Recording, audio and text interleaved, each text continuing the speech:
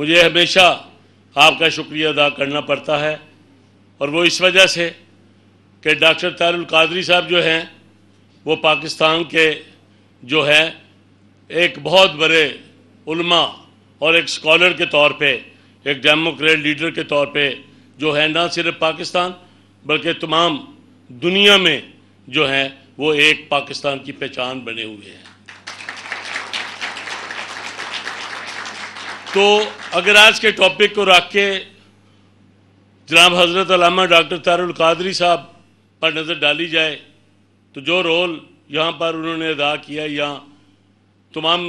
دنیا میں جو رول وہ ادا کر رہے ہیں اور اس سے سمجھتے ہیں، وہ پاکستان کے تمام سفیر مل کر بھی پاکستان کی اس طرح سے نمائندگی نہیں کر سکتے۔ تو یہ ایک آئیڈینٹیفیکیشن ہے، دس از دی آئیڈینٹیفیکیشن کہ میری پہچان پاکستان، کیونکہ وہ جہاں جاتے ہیں تو وہ پاکستان کی پہچان ہے اور پاکستان ان کی پہچان ہے۔ جب میں نے شہید محترمہ بے نظیر بھٹو کا ذکر کیا تو میں ادارہ کا بہت مشکور ہوں کہ جب شہید محترمہ بے نظیر بھٹو کو، جو انہوں نے اس وقت یہ ریکنسیلیشن اور مفاہمت کی پولیٹکس جو ہے اس کو ساری دنیا میں یہ نظریہ پھیلایا،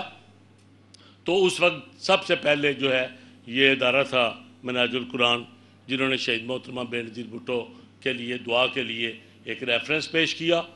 اور پاکستان میں سب سے پہلے پیپلز پارٹی سے بھی پہلے انہوں نے شہید محترمہ کو شہید جمہوریت کا خطاب دیا۔